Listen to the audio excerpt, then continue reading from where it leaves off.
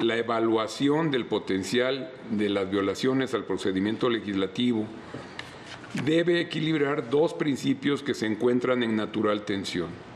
Por un lado, el de economía procesal, que apunta a la necesidad de no reponer innecesariamente etapas procedimentales cuando ello pudiera no tener como resultado un cambio sustancial de la voluntad parlamentaria, y por el contrario, un principio de equidad en la deliberación parlamentaria, que apunta a la necesidad de no considerar automáticamente como irrelevantes todas las infracciones procedimentales que se produzcan en una tramitación parlamentaria. Este último principio, el de la equidad en la deliberación parlamentaria, está estrechamente vinculado con la esencia y valor mismo de la democracia como sistema de adopción de decisiones públicas en contextos caracterizados por el pluralismo político. Criterio que debía ser puntualizado tratándose del Congreso de la Unión para señalar que, como lo establece el artículo 72 constitucional, en cuanto al desarrollo de los trabajos legislativos, debe atenderse a lo que establecen los reglamentos respectivos. Sin embargo, las violaciones a ellos deberán ser valoradas conforme a los principios ya señalados para determinar su potencial invalidante. Derivado de lo anterior, considero que es justamente ese principio de equidad en la deliberación parlamentaria el que en el caso fue violado, pues los integrantes de la Cámara de Diputados no conocían lo que se estaba sometiendo a votación. Destacadamente, los diputados de las minorías parlamentarias no tuvieron la posibilidad de conocer el contenido de las iniciativas que se estaban votando, ni de exponer sus puntos de vista sobre el contenido de las reformas, sencillamente por la razón, insisto, de que no las conocían.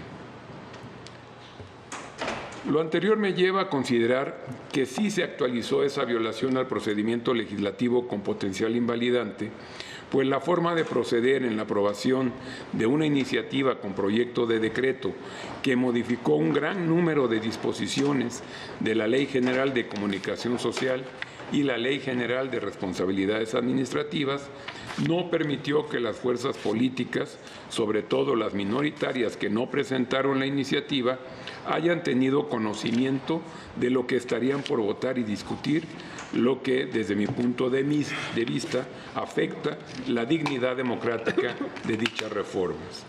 Por lo anterior, comparto el sentido del proyecto y me aparto de sus consideraciones.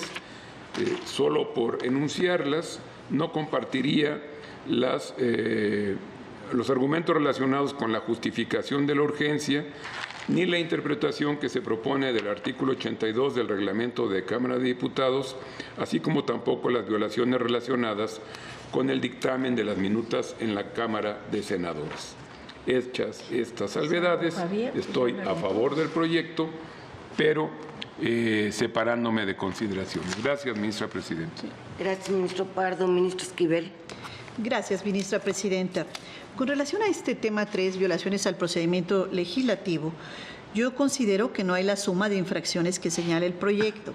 En primer lugar, debemos tener presente como un hecho probado que la Junta de Coordinación Política de la Cámara de Diputados se reunió esta mañana a las 9:30 de la mañana, el 6 de diciembre del 2022, y acordó mayoritariamente, entre otros puntos, que ese día se presentara al Pleno una ronda de iniciativas del Grupo Parlamentario de Morena, quien anunció que solicitaría que se dispensaran sus trámites para pasar a su discusión y votación, entre las cuales se encontraba la relativa al decreto que hoy nos ocupa. En mi opinión, los acuerdos adoptados en forma democrática al interior de la Junta de Coordinación Política de la Cámara de Diputados, que es el órgano en el cual los grupos parlamentarios establecen los acuerdos necesarios para facilitar los debates en el Pleno de la Cámara, tienen una importancia decisiva en el análisis de los correspondientes procedimientos legislativos, pues es evidente que para poder discutir entre 500 personas los numerosos temas de la agenda legislativa, es imprescindible el diálogo previo entre los coordinadores de las diferentes corrientes políticas a fin de fijar puntos de coincidencia que hagan más fácil y productivo el funcionamiento de la Cámara.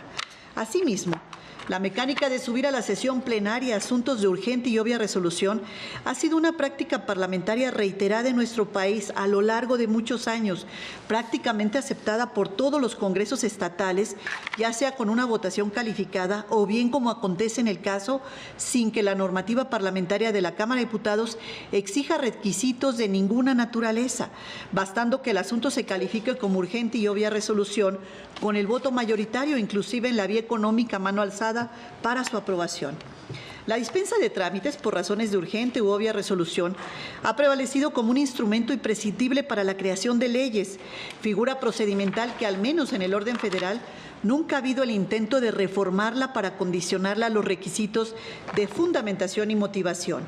Esa omisión de sujetar la dispensa de trámites a que las personas legisladoras funden y motiven su petición se explica porque, en mi opinión, no debemos perder de vista que los órganos legislativos tienen una naturaleza eminentemente política, ya que sus integrantes son representantes populares electos por el voto mayoritario de la ciudadanía y por ello tienen la necesidad de celebrar acuerdos con los demás grupos parlamentarios.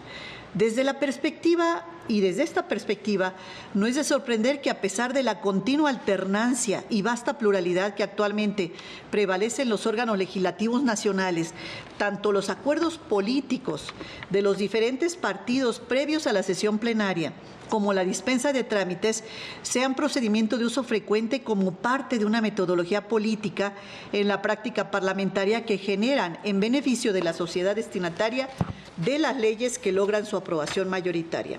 Consecuentemente, si en el caso concreto se aceptó por la mayoría de los partidos políticos representados en la Junta de Coordinación Política de la Cámara de Diputados que en la sesión plenaria de ese día se presentarían las iniciativas anunciadas e inclusive se solicitaría la dispensa de trámites, me parece que, por un lado, no podemos, como Tribunal Constitucional, desconocer este acuerdo político de los legisladores. Por el otro lado, que la anuencia de la mayoría de los coordinadores es signo inequívoco de su consentimiento en la forma en que se procesarían las reformas propuestas en la sesión vespertina, y nosotros no debemos invadir e invalidar los compromisos del legislativo por respeto a la división de poderes. Como órgano político, que es la Cámara de Diputados, actúa en función de la construcción de los acuerdos de esa naturaleza, a fin de flexibilizar las posiciones de los grupos parlamentarios que la integran en abono a la eficiencia de los trabajos legislativos que están obligados de cara a la sociedad, por lo que considero que, en beneplácito de los coordinadores parlamentarios expresado en la Junta de Coordinación Política, constituye una expresión de la libre y espontánea voluntad de los partidos que debe honrarse y no traicionarse, aún dentro de la pluralidad que reina en la Cámara de Diputados y los ríspidos debates que muchas veces se suscitan. En consecuencia, como Tribunal Constitucional, me parece que no corresponde aceptar y respetar el acuerdo adoptado al interior de la JUCOPO, en la que la mayoría de sus integrantes acordaron favorablemente agendar en la sesión plenaria del mismo día la solicitud de dispensa de trámites de la iniciativa, pues no hacerlo implicaría invadir el campo de acción de la función política de los órganos legislativos y con ello prácticamente avalaríamos la ruptura de la construcción de sus acuerdos internos, tal como lo pretenden los partidos accionantes al desconocer lo que sus propios coordinadores parlamentarios pactaron previamente a la sesión del Pleno de la Cámara. Lo mismo acontece con la determinación de dispensar los trámites por motivo de urgente u obvia resolución, sin fundar ni motivar la solicitud, porque la norma reglamentaria aplicable al caso tampoco impone dicha obligación, ya que la fracción primera del numeral segundo del artículo 82 del reglamento de la Cámara simplemente dispone que un asunto podrá ser sometido a discusión y votación del Pleno sin que se presente el dictamen de la comisión respectivo cuando se tramite, dice la fracción primera, de urgente u obvia resolución. No podemos olvidar que, conforme al artículo 70 de la Constitución General, el Congreso de la Unión está autorizado para autorregularse al disponer que éste expedirá la ley que establecerá su estructura y funcionamiento internos, ley que no podrá ser vetada ni necesitará la promulgación del Ejecutivo Federal para tener vigencia, lo que sin duda significa que, como Tribunal Constitucional, debemos ser sumamente deferentes con la figura de la dispensa de trámites, la cual se ha mantenido en el régimen reglamentario de la Cámara de Diputados sin reservas, conforme al ejercicio libre y soberano de la facultad que le entregó la norma fundamental para autorregularse. Por otra parte, aún asumiendo que fuera necesario fundar y motivar la urgente y obvia resolución para dispensar los trámites de la iniciativa que nos ocupa en este caso. Advierto que la primera sala de la Suprema Corte, al resolver en su sesión el 8 de septiembre de 2021 el amparo en revisión 308-2020, le ordenó a la Cámara de Diputados llevar a cabo las reformas necesarias de la Ley General de Comunicación Social para superar diversas deficiencias que le impedían cumplir con el párrafo octavo del artículo 134 constitucional e infringían a su vez el cabal ejercicio de la libertad de expresión. Inclusive dicha sala ordenó al Congreso de la Unión lo siguiente: proceda a subsanar las deficiencias de la Ley General de Comunicación Social antes de que finalice el periodo ordinario de sesiones correspondiente al año 2021.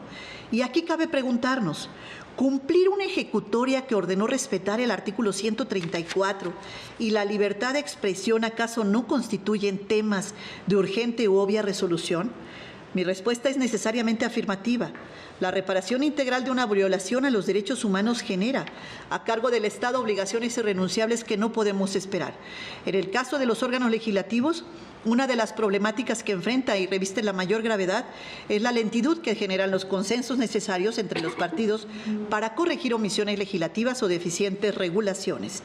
En estas condiciones, si a más de un año de que finalizó el periodo ordinario de sesiones de 2021, el Congreso de la Unión aún no había podido cumplir con la sentencia de esta Suprema Corte de Justicia de la Nación, es evidente que había elementos suficientes para apreciar que el asunto claramente exigía una urgente y obvia resolución.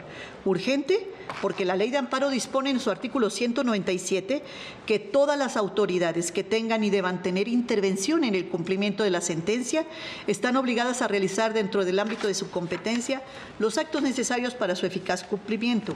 Y obvia resolución porque mantener una violación al artículo 134 y a la libertad de expresión a través de una legislación deficiente implica incumplir con lo que ordena el párrafo tercero del artículo primero de la Constitución, el cual dispone que el Estado deberá prevenir, investigar, sancionar y reparar las violaciones a los derechos humanos en los términos que establezca la ley. Si la primera sala de este alto tribunal concedió al Congreso de la Unión 3 meses para cumplir con una sentencia y al momento en que se presentó la iniciativa que nos ocupa, que fue el 6 de diciembre de 2022, habían transcurrido 12 meses sin haber acatado el fallo, considero que ello revela y justifica la urgente y obvia resolución. Lo anterior tampoco es nuevo, ya que el Tribunal Pleno, al resolver la acción de inconstitucionalidad 9/2005, declaró que el cumplimiento de una de sus ejecutorias sí implica una cuestión de urgente y obvia resolución y por este motivo, en tal caso, declaró que la premura con que actuó el órgano legislativo estaba objetivamente relacionada con la necesidad de tramitar el asunto rápidamente. Lo más grave de este caso es que echar abajo las reformas a la Ley General de Comunicación Social por supuestas deficiencias en su proceso legislativo significaría dejar nuevamente incumplido el fallo de la primera sala y paradójicamente mantener vivas las violaciones al párrafo octavo del artículo 134 con la consecuente lesión al ejercicio de la libertad de expresión y lo peor, ni siquiera haber examinado el contenido de las normas con las cuales el Congreso de la Unión cumplió con la ejecutoria y reparó esas infracciones de rango constitucional, ya que seguiremos con las mismas omisiones que detectó la primera sala. En otro aspecto, tampoco advierto que la circunstancia de que la diputada que solicitó la dispensa de trámites hubiera hecho suya, con algunos ajustes, una iniciativa del titular del Ejecutivo Federal, por el solo hecho que se hubiera viciado el procedimiento legislativo, pues conforme a la fracción segunda del artículo 71 de la Constitución, el derecho de iniciar leyes o decretos también compete a las personas diputadas, entre otros sujetos, por lo que de nada le impedía a la legisladora presentarla a nombre propio y de su partido, dada su legitimación, para poder activar el proceso de creación de leyes, sin que por otra parte sea algo extraño que sobre una misma temática concurran varias iniciativas de distintas personas, por lo que en mi opinión debemos estar al procedimiento pactado en la Junta de Coordinación Política. Tampoco coincido con el contenido de la iniciativa, que hubiese sido desconocido por las personas legisladoras, pues de conformidad con el numeral 4 del artículo 65 del reglamento de la Cámara, cuando se requiera que algún asunto sea tramitado como urgente u obvia resolución, deberá señalarse expresamente al momento en que sea registrado ante la Junta de Coordinación Política, quien deberá circular entre los grupos parlamentarios el documento en archivo electrónico o impreso con el contenido de la propuesta, lo cual implica que si los grupos parlamentarios que integran dicha Junta conocieron y aprobaron por mayoría la inclusión de la iniciativa en el orden de día de la sesión de esa mañana, fue porque tales grupos parlamentarios tuvieron conocimiento de su contenido desde que sesionó la Jucopo, pues otra forma no lo hubiera aprobado. Por virtud de dicho acuerdo, tampoco adquiere relevancia el hecho de que se hubiera publicado en la Gaceta Parlamentaria a las 22 horas y a su vez modificada a las 23:06 el 6 de diciembre de 2022, pues en este caso la dinámica de trabajo legislativo para dar cumplimiento a una ejecutoria de amparo permite asumir que si la iniciativa que hizo suya la legisladora es prácticamente idéntica a la del Ejecutivo, como el propio proyecto lo afirma en el párrafo 220. Es claro que las personas legisladoras sí tuvieron acceso a dicho documento conforme el acuerdo matutino de la Junta de Coordinación Política. También discrepo de la interpretación que hace el proyecto en las fracciones primera y segunda del numeral 2 del artículo 82 del reglamento de la Cámara, en cuanto sostiene que el asunto podrá ser sometido a discusión y votación en la sesión plenaria sin que se presente el dictamen en comisión respectivo cuando se cumplan los supuestos de ambas fracciones. En este caso, considero que el proyecto pierde de vista que ambas fracciones se refieren a dos casos distintos, sin que la letra I, colocada en la parte final de la fracción primera, implique la reunión de su contenido con la fracción segunda, pues ambos enunciados son excluyentes entre sí para poder leerlos unidos, ya que el caso de la fracción primera, su contenido se refiere a un asunto que se tramite como urgente y obvia resolución, figura jurídica que está regulada para activarse en forma sumamente ágil en diversos preceptos del propio reglamento, por lo que en todo caso debe leerse en forma sistemática con las demás normas que regulan este mecanismo que da celeridad a los trabajos legislativos, siendo evidente que en la confusión que a mi juicio incurre el proyecto surge del hecho que el artículo 82 le fue adicionada en 2012 una fracción tercera, sin que se hubiera tenido el cuidado de recorrer la fracción, la letra I, colocada al final de la fracción primera para situarla en buena técnica legislativa al concluir el texto de la fracción segunda. Tampoco puedo aceptar que en el Senado de la República se hubiera infringido el artículo 147 de su reglamento, porque el 12 de diciembre, tanto la Comisión de Gobernación como la Comisión de Estudios Legislativos Segunda sesionaron de manera individual en lugar de hacerlo en forma conjunta al ser comisiones unidas, pues en mi opinión lo único que prevé tal precepto es que las sesiones de las comisiones serán inválidas cuando no se reúne el quórum necesario conformado por la mayoría absoluta de sus integrantes, pero no sanciona que lo hagan en forma separada, sino que solamente precisa que cuando actúen como comisiones unidas. Además de llegar a aceptarse por la mayoría del Pleno que hubo alguna infracción al precepto reglamentario citado, ha sido criterio para asignar un potencial invalidante a las violaciones acaecidas durante los trabajos de las comisiones legislativas en términos de la jurisprudencia 117-2004, que al rubro señala: proceso legislativo.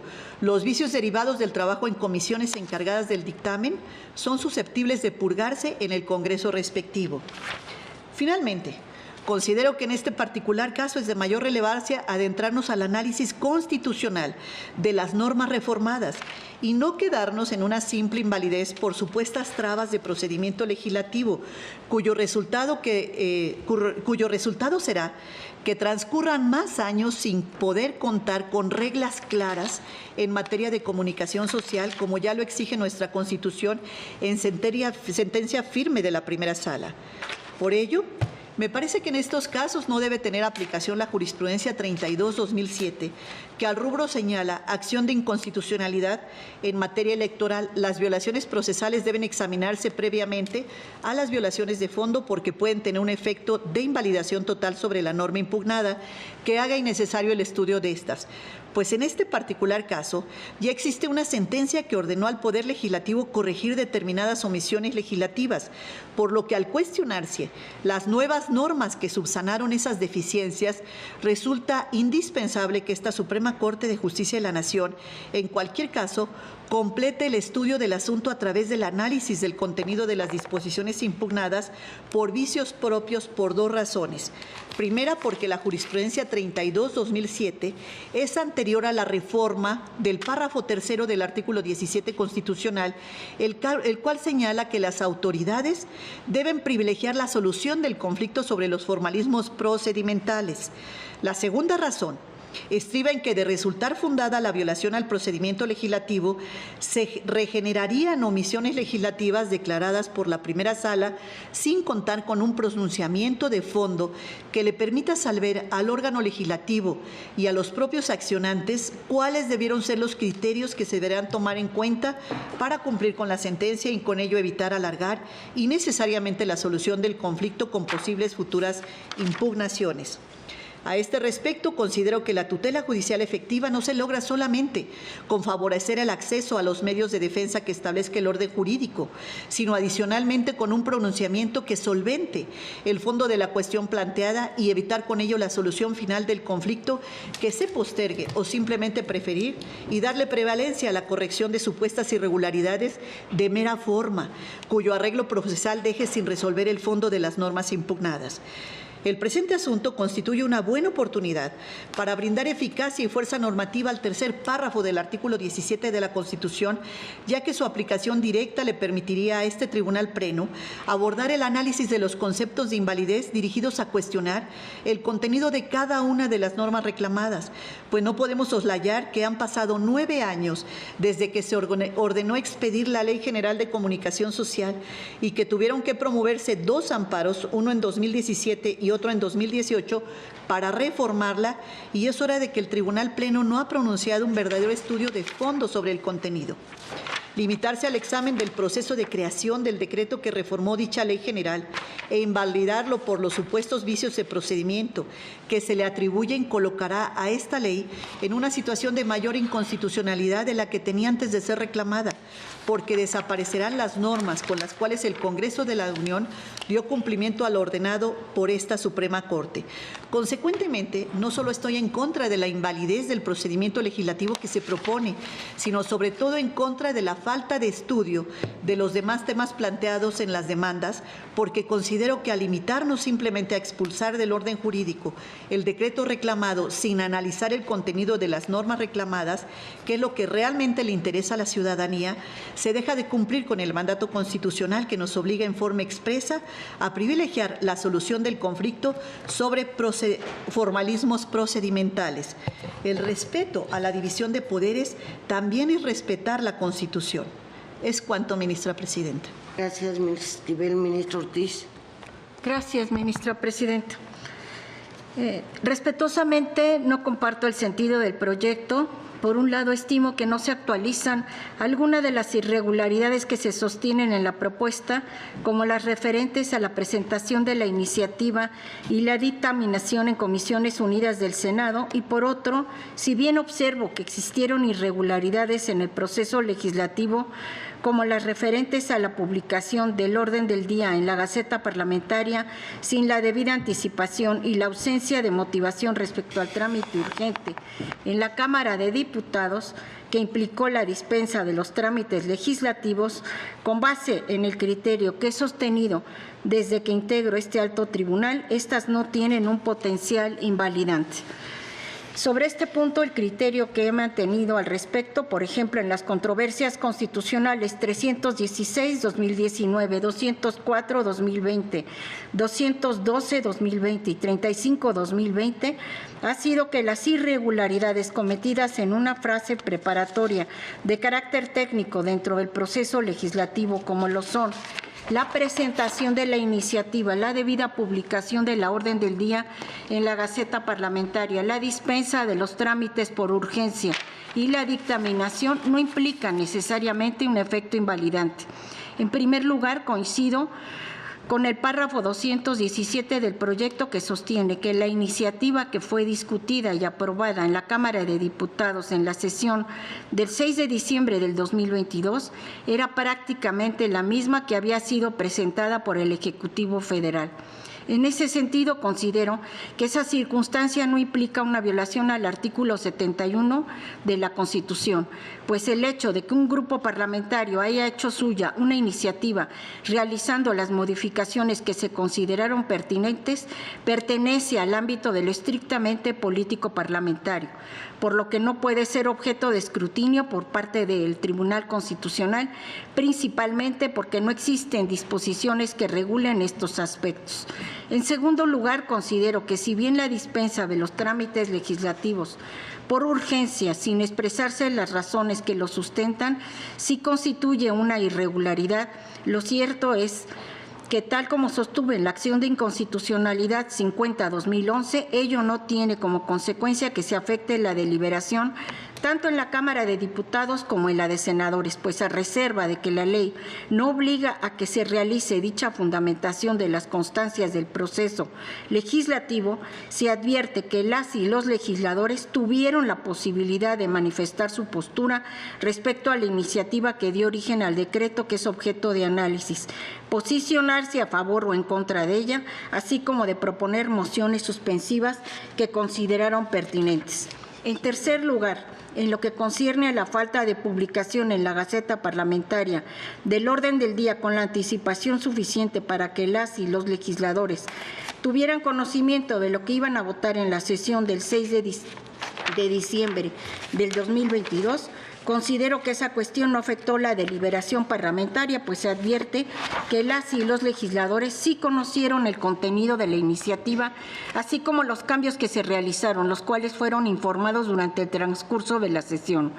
Aunado a ello, como ya mencioné, dichos cambios fueron mínimos, pues solo se eliminaron los espacios entre algunos párrafos y se adicionó un último párrafo y una oración final al penúltimo párrafo del artículo 26 de la Ley General de Comunicación Social, lo cual evidencia que no existieron impedimentos materiales para tener la certeza de lo que se estaba votando.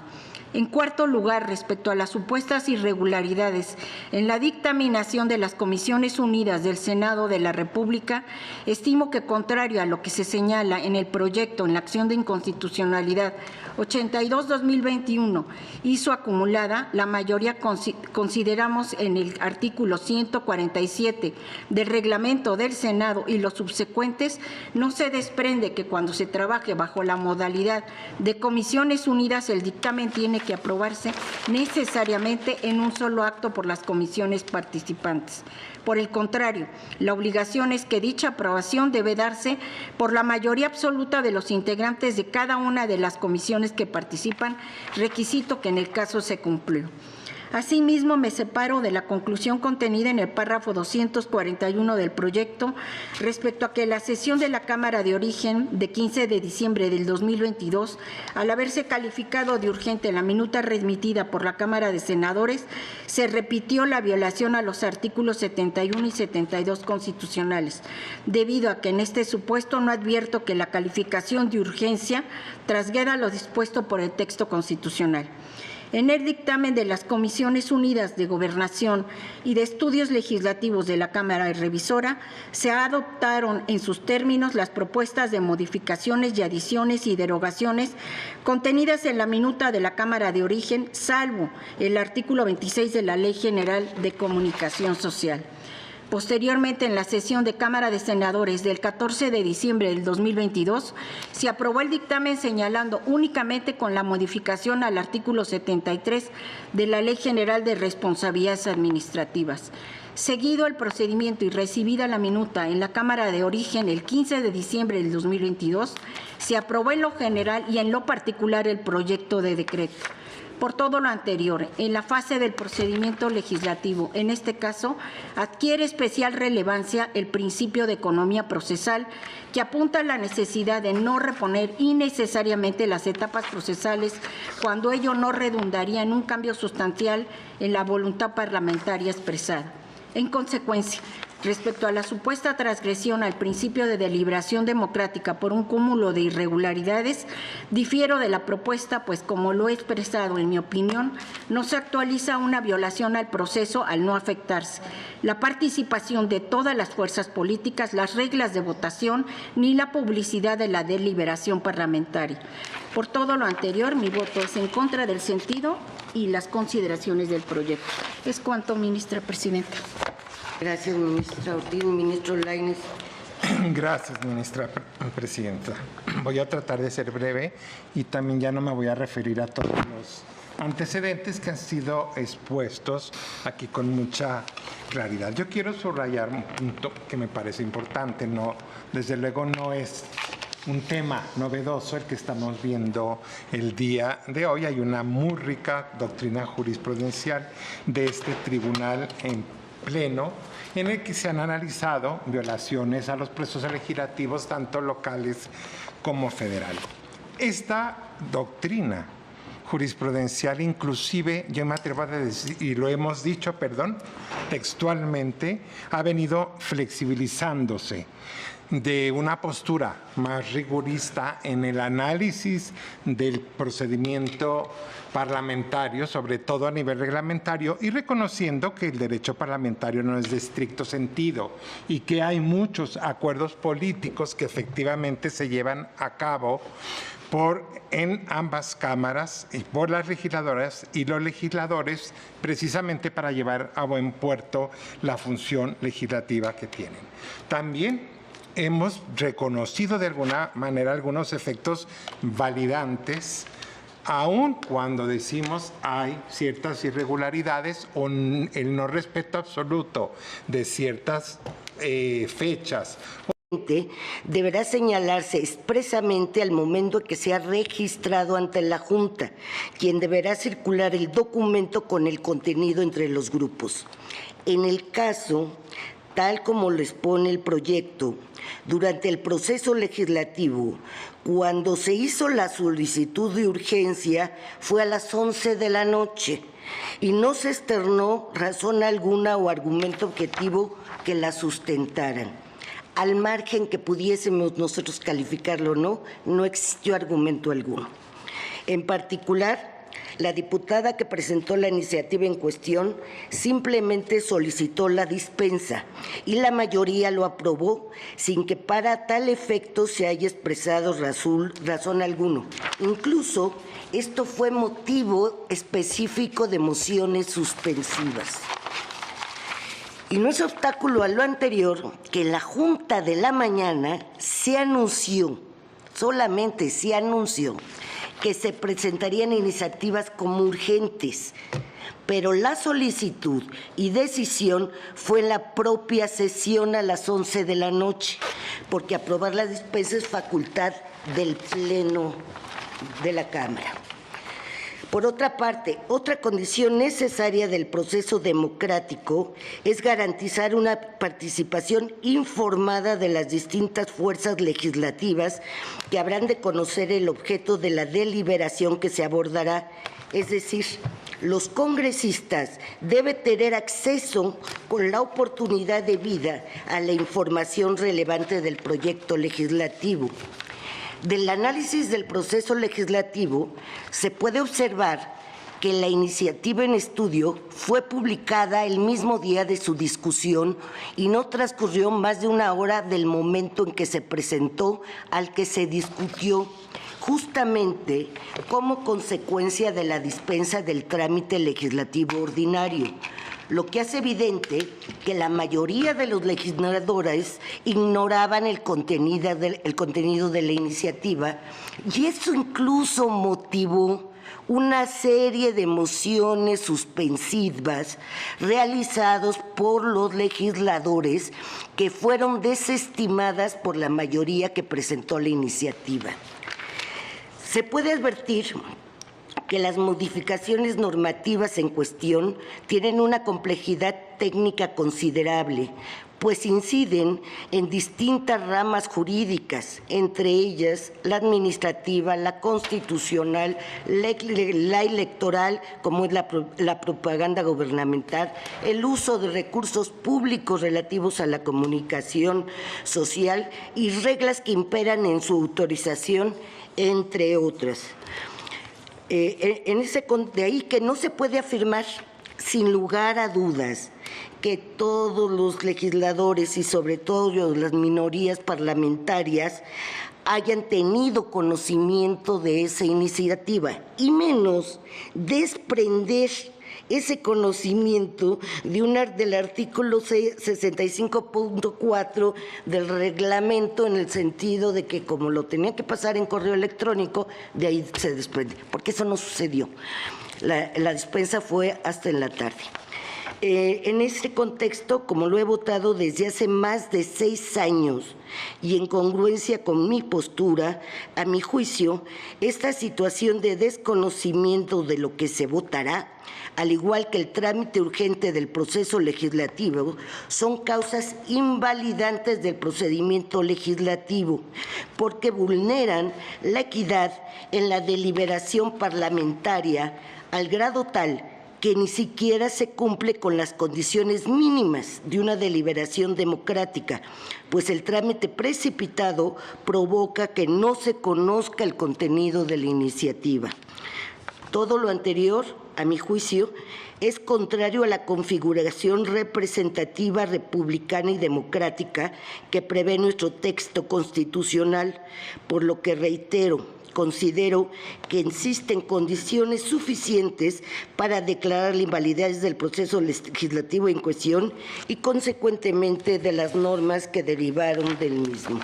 Solo quiero hacer patente que estas mismas consideraciones, algunas del proyecto, no todas, que no comparto todas, pero las más fuertes, también fueron motivo de análisis por este Tribunal Pleno, como lo hizo como lo señaló el ministro Saldívar, que fue la acción de inconstitucionalidad 150/2017 y acumulada 152 de 2017, fallada el 29 de agosto de 2022 por unanimidad de votos.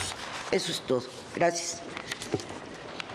Tome votación, por favor. Ministro ponente.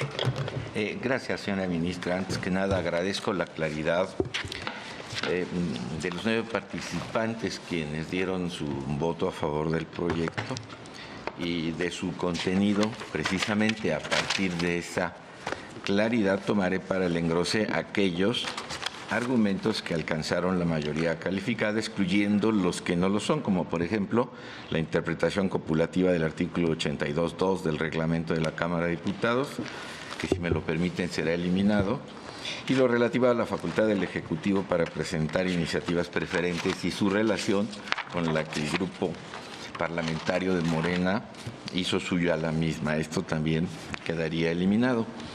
Y aun cuando tendría yo argumentos suficientes para rebatir también argumentos en contra del proyecto, me parece que lo han hecho con toda claridad la señora ministra Ríos Farjat, el señor ministro Saldívar Lelo de la Rea, el señor ministro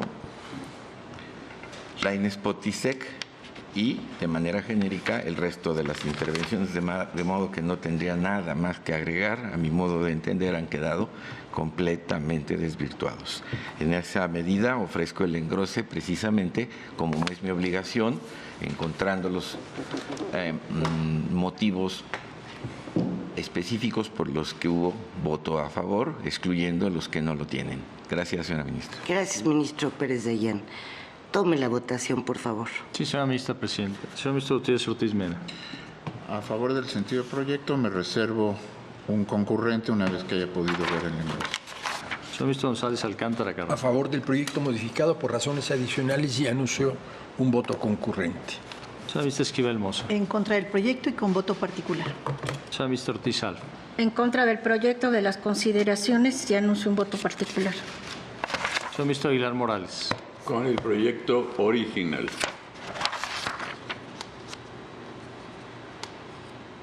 Señor Señor ministro Pardo Rebolledo. A favor del sentido del proyecto, separándome de consideraciones y anuncio voto concurrente. Señor ministro Saldívar Ledo de la Rea. El mismo sentido. Señor ministro Ríos Farjat.